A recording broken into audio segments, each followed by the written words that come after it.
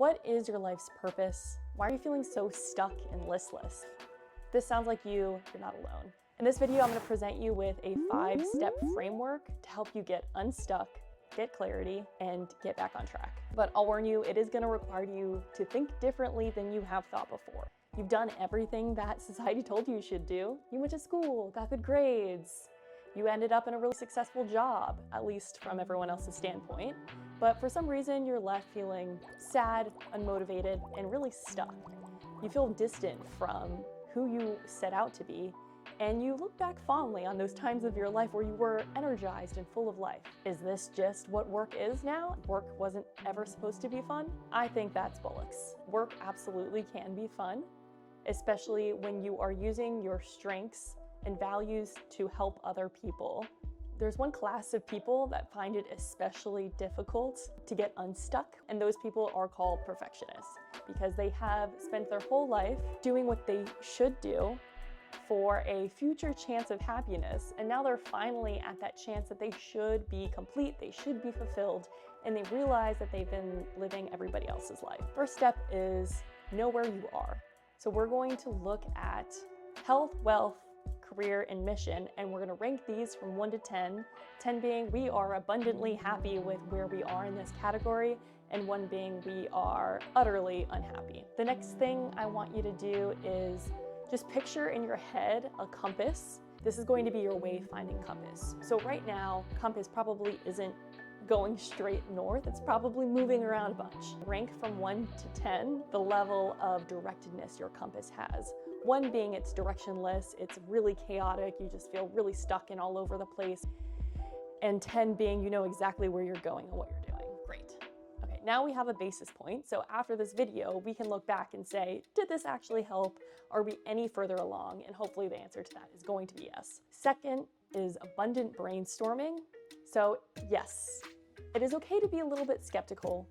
And especially for those of us who have spent a lifetime strategizing and using our brains and logic and analysis to get where we are today, this might feel a little bit difficult to just dream big.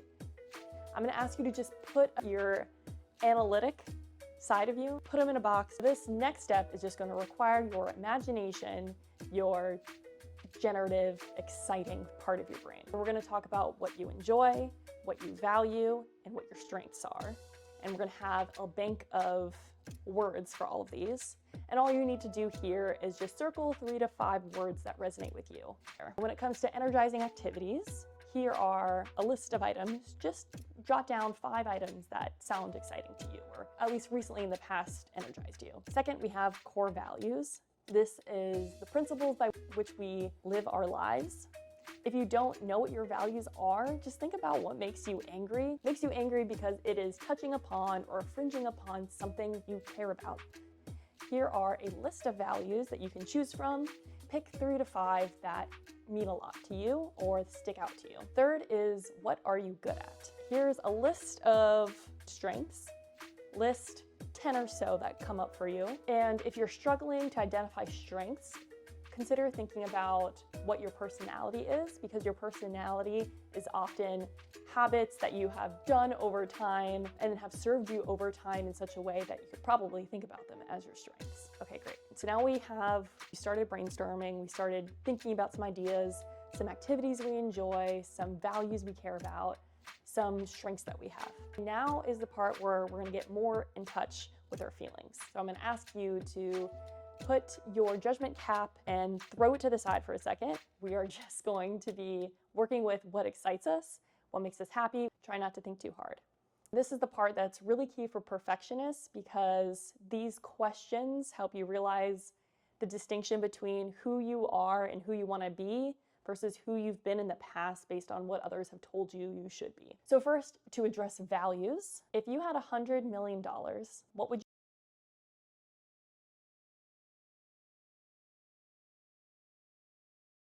what you have struggled with the most, because it's often the case that we want to help the types of people who are similar to we were in our past. 3, what would you do if you knew you couldn't fail? There's usually some part of us that's really excited about some topic, some task, But over time, society has told us, no, that's unrealistic, or no one really wants to do that, or you can't get paid for that, or who do you think you are? Don't worry about any of that for now. Just think what you enjoy. Second is what makes you come alive. Maybe it's socializing, maybe it has to do with people, maybe it's different activities. Do your best to try and jot this down. 3 is strengths. Try to jot down what comes to mind or a memory that comes to mind when you think about strengths. I don't even think you really need to worry about strengths, honestly, because what do you notice about the activities that you most enjoy and that are valuable to you? If it's important to you, you value it, and you enjoy it, strengths can come, skills can build. It's just that the current strengths give you an extra leg up because you probably have some predisposition to these activities based on your past. All right, now we're at the most important part where we're bringing all of this information together. And here, what we're looking at is not necessarily jobs at this point, just activities.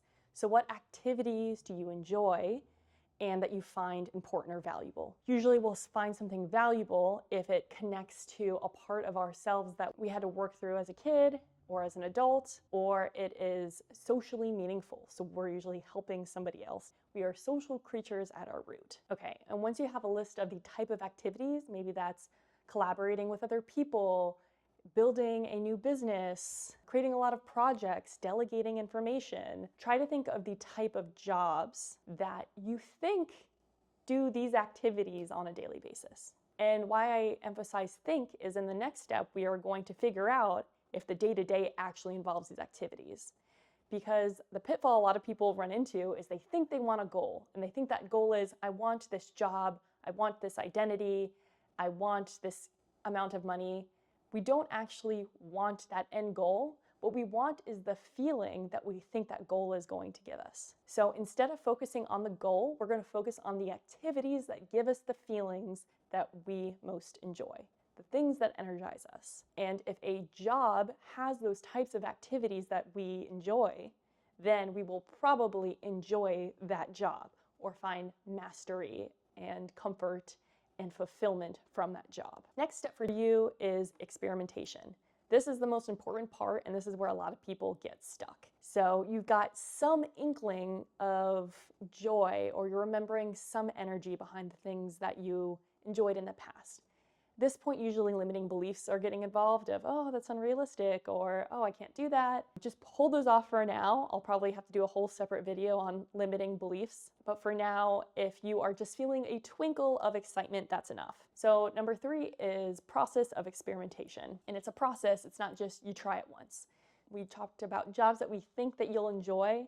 Now it's time to actually get some data to see if you enjoy those jobs. One of the easiest ways to get started is to do some informational interviews.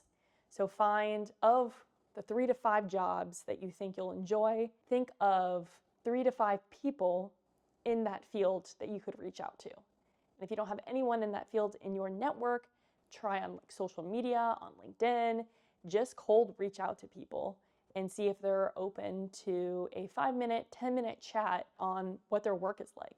Usually people are pretty happy to take a few moments out of their day to explain their job. Another option for experimenting is volunteering.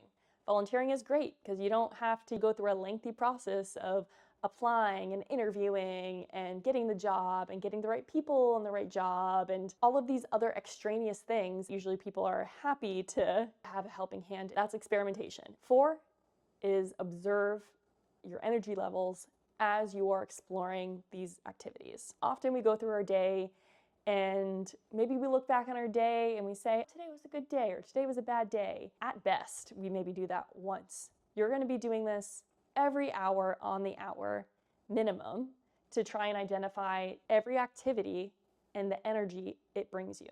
Rank it 1 to 10. After a few days of doing this, you'll get some idea and a lot more data in terms of what energizes you and also what doesn't energize you. Take a few moments at this point to write down what energizes you and what doesn't energize you. Again, you'll probably realize that certain activities bring you energy, and that energy is the thing that we're really after. That's what we're really motivated for, not the check in the box achievement of a stated goal. Because once we reach that goal, we're gonna find another goal, right? The goal is never the end destination. It is just a milestone of motivation to do our next activity that'll give us the next rush of energy or dopamine or adrenaline or serotonin or whatever that enjoyable cocktail of chemicals and emotions is. Okay, so what have we done so far? We've addressed where we are, scaled it 1 to 10. We've abundantly brainstormed. We've experimented, reached out to people, conducted informational interviews and or volunteered, and we've observed our energy during those activities. The 5th step that's really important is reflect. We're going to create a quick sentence based on all of this information. Try and finish out the sentence. Either I'm here to help X people achieve Y result through Z activities, skills, and values, or I'm a value person with a desire to blank others through blank key activities. Okay, just notice for a second how you feel. You're feeling grateful, you're feeling happy, you're feeling motivated, or maybe you're, not feeling amazing. That's okay too. You have still taken a huge step by going through all this together. Last thing is, remember those scaling questions again. In terms of the compass, remember we had a compass and we pictured how chaotic it was versus how directed we want it to be. 10 was we know exactly where we're going. 1 is we have no idea. Based on everything that we have learned here, just quickly jot down from 1 to 10 the level of direction your compass is now. If you've improved even half a point, that is progress. So that means in this whole video, 30 minutes of time, we have improved X amount. Maybe that's 100% increase or 50% increase. That is progress. And the great thing is you can continue to view this video, reflect on these questions, and keep a little booklet of your scoring chart, because what is measured gets managed. So make sure you're keeping track of your progress over time, because when it comes to something like emotions and feelings, it can be easy to feel like we are not making progress, and by putting down our subjective numbering for how we're doing can help us continue the momentum to continue progressing toward our goals. If you have any thoughts, comments, or questions, please comment them below. If you're really excited about this new 2026 year, you have a lot of ambitious goals, and you really want to tease out exactly how to go step by step through that, I can take you step by step through your goals, your progress, and help you really embody your strengths. If you're interested in that, feel free to check on the link below and sign up for one-on-one coaching. Or if you just want to do all of these activities in one go on your own, I also have a free workbook, and you can download that for free in the link below. Thanks, everybody.